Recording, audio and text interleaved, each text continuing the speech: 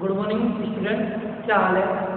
देखिए, परावर्तन reflection light का हम देख चुके हैं, रिफ्लेक्शन ऑफ लाइट। अब हम देखेंगे रिफ्रैक्शन ऑफ लाइट, यानी कि प्रकाश का अपवर्तन। इसके बारे में हम बात करेंगे कि प्रकाश का अपवर्तन क्या होता है और ये किस प्रकार से कार्य करता है, अपन को ये देखना है। यानी कि रिफ्रैक्शन ऑफ लाइट, ये क्या होता है। तो रिफ्लेक्शन में तो कहीं क्या देखा था, परावर्तन में कि प्रकाश की किरण आ रही थी और उसी माध्यम में परावर्तित होकर जा रही थी। देखो रिफ्लेक्शन ऑफ लाइट क्या होगा, इसको समझने के लिए देखो, ये हमारा बहुत सारी प्रश्न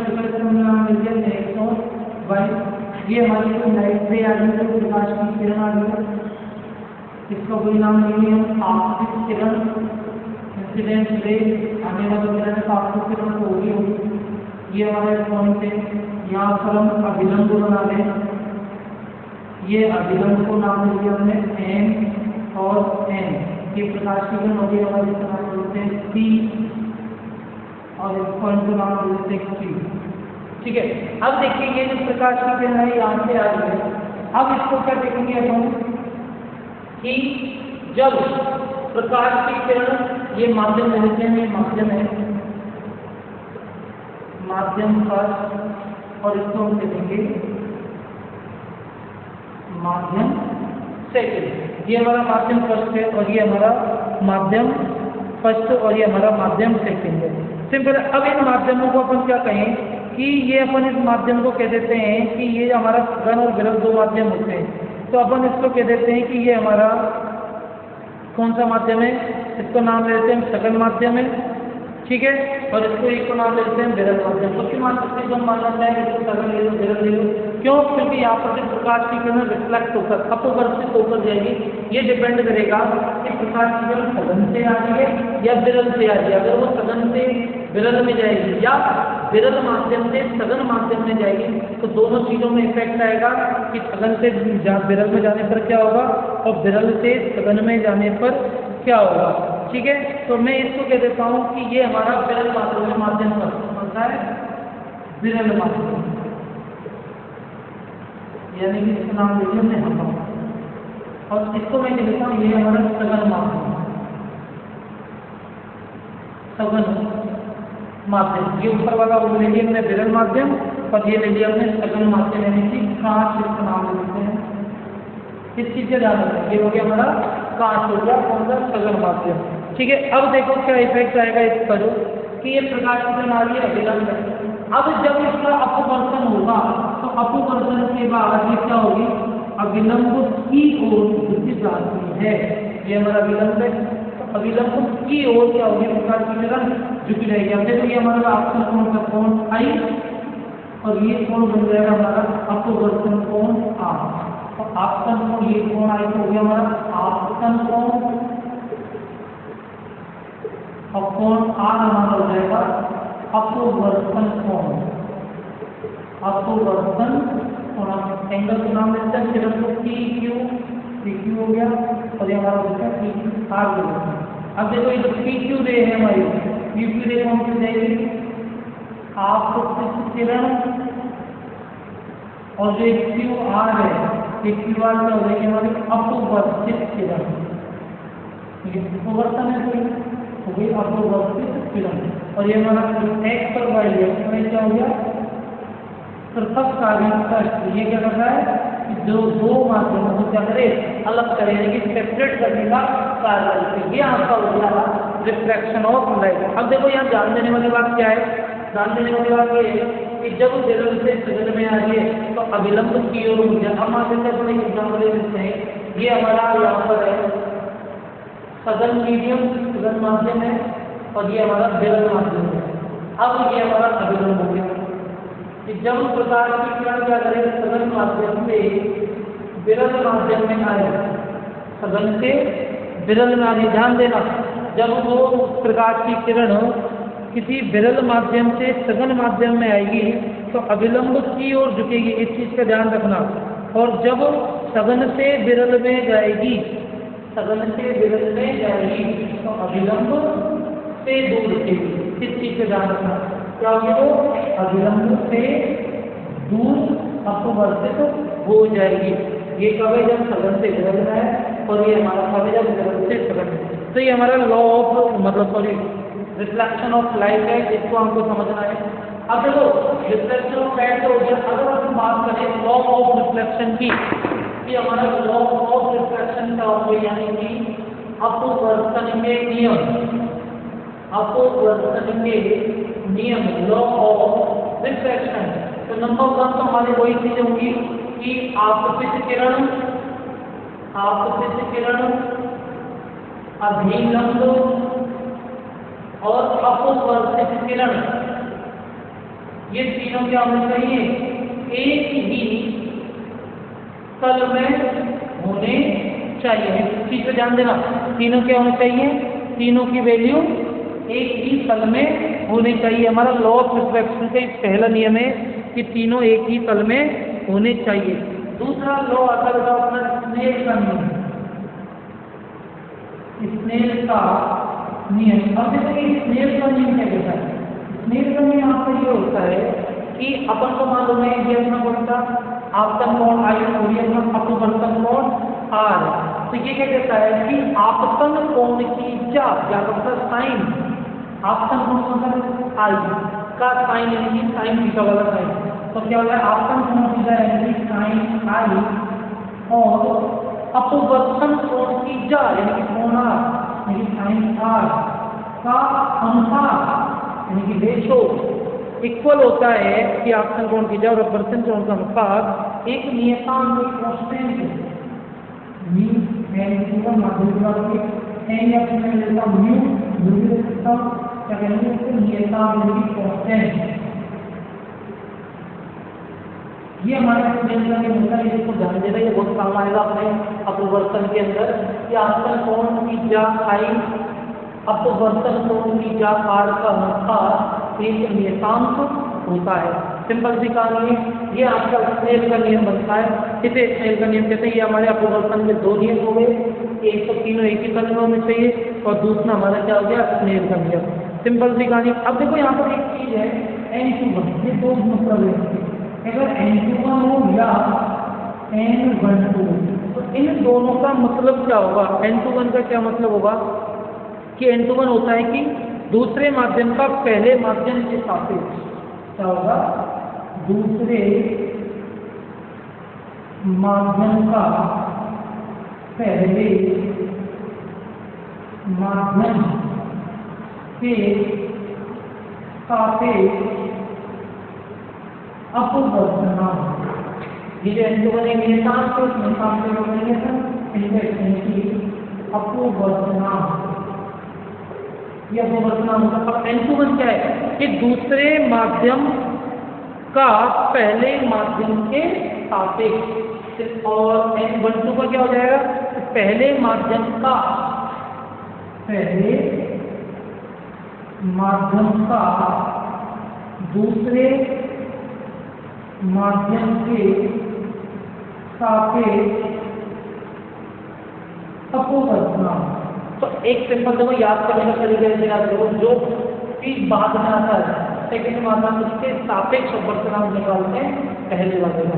समझ रहे हो चीज को? तो इस चीज को आप आराम से बोल कर देख सकते हो कि किस प्रकार से काम कर रही है चीजें, और कोई समस्या है तो आप इस चीज को नोट कर लीजिए।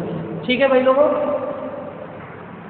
देखिए अब अपन इसका एक छोटा सा एग्जाम्पल लेते हैं रिफ्लेक्शन का, कि कांच के स्लैब के द्वारा अपवर्तन की रिफ्लेक्शन बाय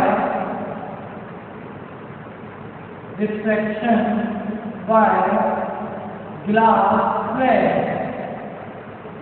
कांच के स्लैब के द्वारा रिफ्लेक्शन कैसे होगा इसको जानना मतलब ये अपना एक प्रैक्टिकल भी है। इस प्रैक्टिकल से हम प्रैक्टिकल भी क्लियर हो जाएगा इस टॉपिक से। तो देखो क्या करें हम, ये मान लेते हैं कि हमने कोई एक स्लैब ले ली,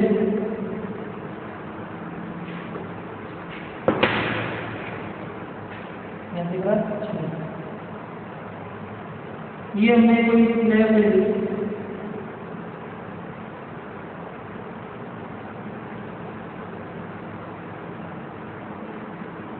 और इस स्लैब का नाम ले लिया हमने A, B, C और D।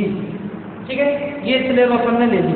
अब देखो इस स्लैब करने का मतलब क्या है, यहाँ से एक अपने पास एक प्रूफ दैट भी निकलेगा, एक सिद्ध करने वाला सवाल भी निकल जाएगा।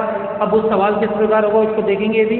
अभी के लिए इसमें आप ध्यान दीजिए कि किस प्रकार से ये काम करेगा। कांच के स्लैब का बदला, तो ये हमने एक स्लैब ले ली, इस स्लैब की मैं मोटाई मान लेता हूँ C है, इससे हमने क्या मान ली, मोटाई C मान ली। अब देखिए यहाँ से एक कोई प्रकार की रे आ रही है हमारी, जिसको हम नाम देंगे आपतित किरण। आपतित किरण। अब देखो माध्यम पे मीडियम पे इसका ध्यान देना कि ये माध्यम किस प्रकार से काम कर रहा है। मीडियम पे ध्यान देना कि हमारे अभी माध्यम क्या है, हवा। यहाँ माध्यम क्या है, कांच। अब इस प्रकार की किरण ये विलंब बन गया। अब देखो जब वो क्या करेगी, प्रकाश से किससे कहाँ आ रही है, वो हवा से कांच में आ रही है। हवा से कांच मतलब देखिए विरल माध्यम से सघन माध्यम में आ रही है, तो क्या होगी, वो अविलंब की ओर झुकेगी। ये लो अविलंब की ओर झुकेगी, झुके अविलंब की ओर, ये आपतित हो गया। ये हमारा अविलंब के साथ एंगल बन गया कोण I, और यहाँ अविलंब के साथ कोण बन गया R। ये वाली किरण कौन सी, ये कौन सी किरण कहलाएगी हमारी, नया नाम लिखा अपवर्तित किरण। अपवर्तित किरण, इनको नाम भी लिख लेंगे, इसका नाम लिखा P, ये हो गया हमारा Q। ठीक है, ये एंगल आर लिख रहा है, इसको आराम से सभी को कोई दिक्कत है, इसको थोड़ा सा आगे ले लेते हैं हम कैमरे को। ये कोण R बन गया अपवर्तन, ये कोण I आपतन हो गया। ठीक है, कोई समस्या। अब देखिए हम क्या करेंगे, ये जो हमारी आपतित किरण, इसका बात यहाँ से अपवर्तित होगी, ये अपवर्तित किरण, इसका वास्तविक पथ कौन सा है हमारा, ये वाला। इस वास्तविक पथ को मैं क्या कर रहा हूँ, आगे बढ़ाऊंगा। ये वास्तविक पथ हमने क्या कर दिया, आगे बढ़ा दिया, बढ़ा दिया। अब क्या करें कि ये जो हमारी अपवर्तित किरण है, इस अपवर्तित किरण को मैं इस स्लैब के पृष्ठ पर DC पर लाता हूँ। ये जो पृष्ठ है इसका, इसको मैं क्या कर रहा हूँ, इस पर DC पर लेकर आ रहा हूँ। इस अपवर्तित किरण को हम DC पृष्ठ पर लाए। अब यहाँ पर मैं क्या करता हूँ, यहाँ से फिर से इसका अपवर्तन होगा, तो ये मैं एक अभिलंब और बन गया हमारा यहाँ पर पृष्ठ DC का अभिलंब बना ये। अब ये जब अभिलंब बन रहा है तो देखो ये CQ और यहाँ पर नाम लेते हैं हम R। अब ध्यान देना, अब क्या हो रहा है, अब हमारी जब लाइट से वो कौन से माध्यम से, कांच से कहाँ आ रही है, हवा में आ रही है, यानी कि अब क्या होगा, अविलंब से दूर रहेगी। समझ रहे इस बात को, क्या होगा, वो अविलंब से दूर रहेगी। देखो ये बनाएंगे, अविलंब से दूर हो गई, इसको ये अविलंब से दूर हो गई, और ये हमारे लिए बात में पड़ता ही जा रहा है। ठीक भाई, ये अविलंब से दूर हुई। अब यहाँ ध्यान देना कि अब जब ये दोबारा से, अब देखो दोबारा अपवर्तन हुआ, एक अपवर्तन तो ऊपर हो गया, अब यहाँ दोबारा अपवर्तन हो रहा है। अब अपवर्तन जब अपना हो रहा है, जान लो ये जो एंगल है, ये वाला अविलंब और अपवर्तित किरण के बीच में ये जो एंगल बनेगा, ये R के बराबर होना है कि नहीं होना, होना है ना, बिल्कुल होना है। एकांतर कौन है, ये एंगल R बन गया। अब यहाँ से नया एंगल मिलेगा, हम लोग इसको कहेंगे एंगल E। ये नया एंगल इंट्रोड्यूस हुआ है एंगल E, और इस एंगल E को हम कहते हैं निर्गत कोण। कौन सा कोण कहेंगे इसको, एंगल E निर्गत कोण। और ये जो रे बनी है हमारे पास, नहीं बनी, इस रे को हम कहेंगे निर्गत किरण। ये नई किरण आई, इस किरण का हम क्या नाम लेंगे, निर्गत किरण। इस चीज पे ध्यान देना, ये जो नया एंगल बना है वो कौन सा बना है, निर्गत कोण। और ये जो नई किरण आई है, इस किरण को नाम के लिया है निर्गत किरण।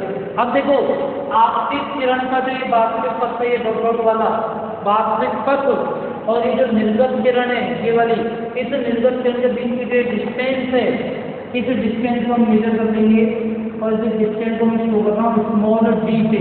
इससे जो कर रहा हूँ स्मॉल डी से, और इस डिस्टेंस को कहेंगे पार्श्व विस्थापन यानी कि लैटरल शिफ्ट। इसको कहेंगे पार्श्व विस्थापन यानी कि लैटरल शिफ्ट। अब देखो इस समीकरण से क्या निकल के आएगा, इस समीकरण से अपन को जो हमारा प्रैक्टिकल किया है कांच के स्लेब के द्वारा बर्तन, इससे हमारे सामने क्या आया है, हमारे सामने ये चीजें निकल कर आई कि हमने क्या देखा, कि हमने ये देखा कि जब प्रकाश की किरण एयर मीडियम से ग्लास मीडियम में जब एंट्री करेगी तो वो क्या होगी, जो हमारे अभिलंब है, ये जो हमारे परपेंडिकुलर हम बनाते हैं, इससे क्या होगा, वो अभिलंब की ओर मुड़ जाएगी। फिर हम क्या करेंगे, आपतित किरण के जो वास्तविक पथ है, वास्तविक पथ को हम आगे बढ़ाते हैं और जो हमारी अपवर्तित किरण अपवर्तित किरण को आगे ले जाकर फिर से उसका अपवर्तन करेंगे। तो अपवर्तन करने पर जो नई किरण मिलेगी निर्गत किरण कहलाएगी और इन दोनों के बीच में डिस्टेंस हो गया रहेगा पार्श्विक विस्थापन। अब देखो हम जो जो चीजें हम बोर्ड पर नोट कर लेते हैं कि हमारे सामने क्या क्या आई है, कि पी क्यू आर का नाम लेते हैं ए।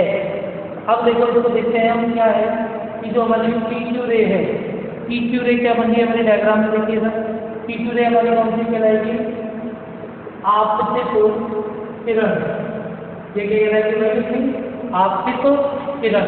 इसके बाद हमारी ये क्यू आर, ये क्यू आर में क्या कहलाएगी हमारी अपवर्तित किरण, अपवर्तित किरण।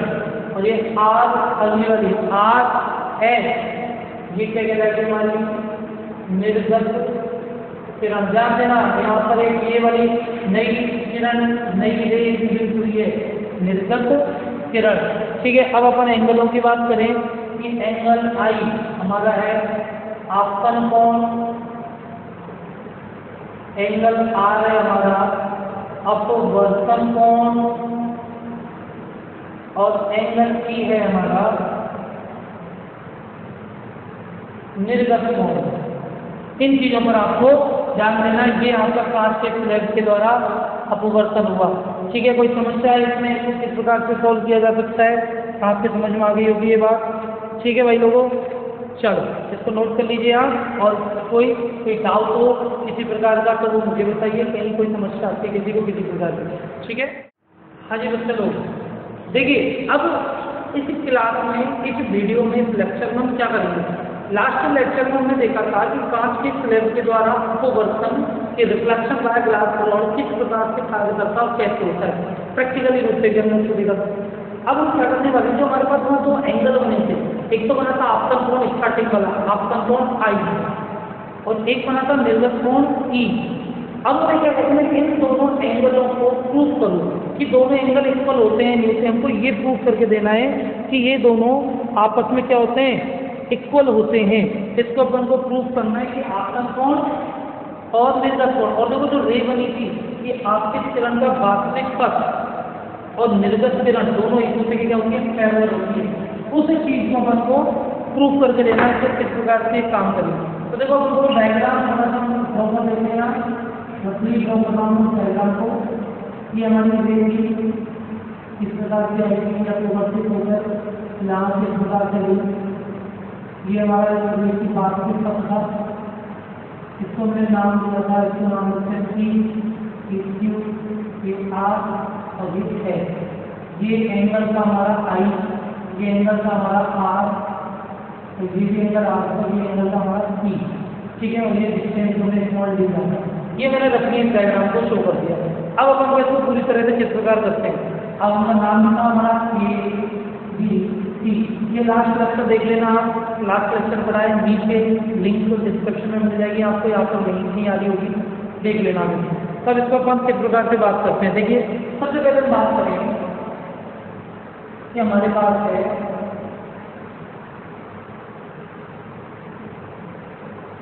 पृथक कार्यस्थल ए बी, इसके लिए बात करें, ए बी के लिए बात करें, ये हमारा जो ऊपर वाला पृष्ठ है ए बी, इसको लेना है हमको। अब इसमें अपन स्नेल का नियम अगर लगाते हैं तो देखो वो स्नेल का नियम आई और आर दोनों है, इसमें कोई समस्या नहीं है, तो क्या ले लेंगे, sine I upon sine R बराबर n/1। ले लिया। N21 अपन दूसरा माध्यम और पहला माध्यम की बात है। अब यहाँ पर पहला माध्यम क्या था A है और दूसरा माध्यम क्या था G। फिर दूसरा माध्यम क्या है G है आपके पास, तो इसको मैंने लिख sin I upon sin R equal to NG के इक्वेशन नंबर 1 कह सकते हैं। लीजिए बच्चे इसको कोई दिक्कत है इसमें किसी प्रकार की, इसको क्या सकते हैं sin I upon sin R equal to NG। ये सेकेंड मीडियम था, ये फर्स्ट मीडियम था हमारा आ गया। अब इसी प्रकार में क्या करो DC के लिए लिखूं, तो देखो DC के लिए क्या लिख सकता हूँ मैं, जो हमारा पत्रकारी पृष्ठ है DC, यहाँ इसके लिए क्या लिख सकते हैं अपन, देखो एंगल कौन सा वो R और E है अपने पास, ठीक है सर, निर्गत कोण E आ गया। और अब इसके लिए जो आपतन कोण होगा वो R ही तो होगा। आपतन कोण किस तरह काम करेगा यहाँ पर R कौन से पृष्ठ के लिए, DC के लिए। तो इसको मैं डायरेक्ट लिख रहा हूँ स्नेल के नियम से, पृष्ठ DC। तो क्या लिख दूंगा बताओ, आपतन कोण साइन, अब आपतन कोण क्या है R sin R upon sin E equal to N21, यानी कि अब दूसरा माध्यम इसमें क्या हो जाएगा, पलटा हो जाएगा, क्लियर हो जाएगा, NKG इक्वेशन नंबर 2। बताइए कोई दिक्कत है इसमें किसी प्रकार की, कहीं कोई समस्या हो तो बताइए। इक्वेशन फर्स्ट इक्वेशन 2 आ गया अपने पास। अब देखो अपन क्या करें, जो हमारी पहली स्थिति थी sin I upon sin R equation number 1 आ गई है। अब इसको अपन अगर इसमें एक सिद्धांत होता है अपना उत्क्रमणीयता का सिद्धांत, यानी कि इसको चाहे हम यहाँ से लें नीचे से ऊपर या ऊपर से नीचे, तो वो किस प्रकार से काम करेगा उसको अपन को समझना है इसको, ठीक है। तो देखो उत्क्रमणीयता का सिद्धांत क्या है, लिख देते हैं हम उत्क्रमणीयता के सिद्धांत। यह थोड़ी सी आवाज़ की समस्या भी हो गई, उनके माइक खराब हो गया है अपना, तो अभी 1-2 दिन में माइक आ जाएगा अपना, इसलिए आवाज़ की थोड़ी सी समस्या है, तो इसको आपको अपने हिसाब से एडजस्ट कर लेना। बस 2 दिन की समस्या है आवाज़ वाली, आवाज़ आप नहीं आगे कर लेंगे। तो देखो ये उत्क्रमणीयता का जो अपना सिद्धांत है, उत्क्रमणीयता के सिद्धांत वाला क्या करेंगे, स्थिति पर जो हमारी कंडीशन फर्स्ट है, उस कंडीशन फर्स्ट के बारे में बात करेंगे। हमारी ये ऊपर वाली कोण I और कोण R वाली, तो अपन इस पर क्या लिख सकते हैं कि वही sin I upon sin R N21 यानी कि NGK इक्वेशन नंबर 3। कोई समस्या इसमें। अब मैं कंडीशन सेकंड लेता हूँ, कंडीशन सेकंड नंबर आता है। अब देखो कंडीशन सेकंड में थोड़ा सा आपको दिमाग लगाना है कि कंडीशन सेकंड क्या होगी। इस कंडीशन सेकंड को समझने के लिए देखिए यह एंगल E और R है। अब जो R अपना जो एंगल है वो किसकी भांति बिहेव कर रहा है, आपका कोण है R, और E क्या है अपना अपवर्तन कोण। इस तरह से हम समझे कि E क्या है, अपवर्तन कोण ही है, निर्गत को अपने नाम ले रखा है, लेकिन E को अपन क्या कह सकते हैं, अपवर्तन कोण कह सकते हैं। तो ये इसी प्रकार से काम करेगा कि उत्क्रमणीयता है, तो इनको अपन क्या करेंगे वो I और R में कन्वर्ट करके इसको अपन समझ सकते हैं। तो इससे इसलिए सेकंड में क्या लिखेंगे, फिर उनका करके sin R upon sin I, sin R upon sin I equal to NKG equation number 4। तो इस प्रकार से अपने पास आपने देखा 4 इक्वेशन कंप्लीट आ चुकी है। अब इन 4 इक्वेशन से अपन का देखो प्रूफ क्या करना था, अपन को जो प्रूफ करना था उस पर ध्यान देना। क्या करना था कि निर्गत कोण E और आपतन कोण I दोनों इक्वल होते हैं। तो अब हम इनको सोल्व करते हुए चलेंगे। सोल्व किस प्रकार से करना है इस चीज़ को ध्यान दीजिए। अब मैं क्या करूँ, इक्वेशन 3 और 4 को क्या कर रहा हूँ आपस में मल्टीप्लाई कर रहा हूँ। इक्वेशन 3 और 4 को आपस में क्या कर रहा हूँ, मल्टीप्लाई कर रहा हूँ। कौन कौन सी, इक्वेशन 3 और इक्वेशन 4 ये। तो इक्वेशन 3 और 4 को मल्टीप्लाई करेंगे अपन। तो देखिए इक्वेशन 3 में इधर क्या है, sin I upon sin R multiply sin R upon sin I हो गया ये। इक्वल टू इधर क्या NGA इंटू NAG, ये कट गए आपस में दूसरे से, कटे के नहीं कटे देखो आराम से। अब अपने पास क्या आ गया, NGA into NAD = 1। Equation number 5। कोई समस्या है इसमें? अब हम क्या करें, इक्वेशन 1 और 2 को मल्टीप्लाई करें, 1 and 2। देखो 1 and 2 में क्या आ रहा है, sin I upon sin R multiply by sin R upon sin E। देखो R से तो आ गया, इधर कोई NAD और NAD आ गया, लिख सकते हैं NAD NGP। अब देखो क्या आ जाएगा, क्या बस अपने पास sin I upon sin E = NAD × NGP। Equation number 6। अब देखो 5 और 6 दोनों इक्वेशनों में देखो क्या आ रहा है, इसकी वैल्यू क्या है, 1 या तो कर दो। तो फ्रॉम इक्वेशन 5 एंड 6 लिख सकते हैं, 5 और 6 से क्या आ जाएगा, sin I upon sin E = 1। बना क्या नहीं बना ये? अब इसको अपन क्या कर सकते हैं, इस प्रकार से इसको हम कैमरा, तो ये क्या आ जाएगा, देखो sin I = sin E और इसको क्या लिखेंगे, angle I = angle E। And this is your proof of glass plate कि sin E = sin I। ये आपका आ चुका है। यानी कि अपन क्या कह सकते हैं कि आपतन कोण और निर्गत कोण आपस में क्या होते हैं, इक्वल होते हैं। ये आप इसको कह सकते हो। और जो हमारा प्रूफ करने वाला था उसमें भी कह सकते हैं कि हमारी जो निर्गत किरण का पथ है और आपतित किरण का जो वास्तविक पथ है वो आपस में एक दूसरे क्या होते हैं, पैरेलल होते हैं। तो इस प्रकार अपने इन चीज़ों को समझ सकते हैं। और यहाँ अगर आपको कोई समझ का आ रही किसी प्रकार की तो इसको देख सकते हो। यहाँ के सामने पूरा एग्जाम्पल हमने आपको बता दिया किस प्रकार से ये अपवर्तन का सिद्धांत पर काम करेगा। देख लीजिए। अब नेक्स्ट क्लास में अपन इसको देखेंगे कि नेक्स्ट क्लास में यहाँ पर किस प्रकार से आगे टॉपिक जो भी आगे उनके बारे में अपन चर्चा करेंगे कि नेक्स्ट क्लास में क्या होगा। ठीक है, तब तक के लिए आप इसको आराम से अप्लाई कीजिए। कहीं कोई समस्या है उस समस्या को बताइए, उस समस्या का समाधान हम करेंगे और कोई दिक्कत हो तो बता दीजिए। ठीक है सर।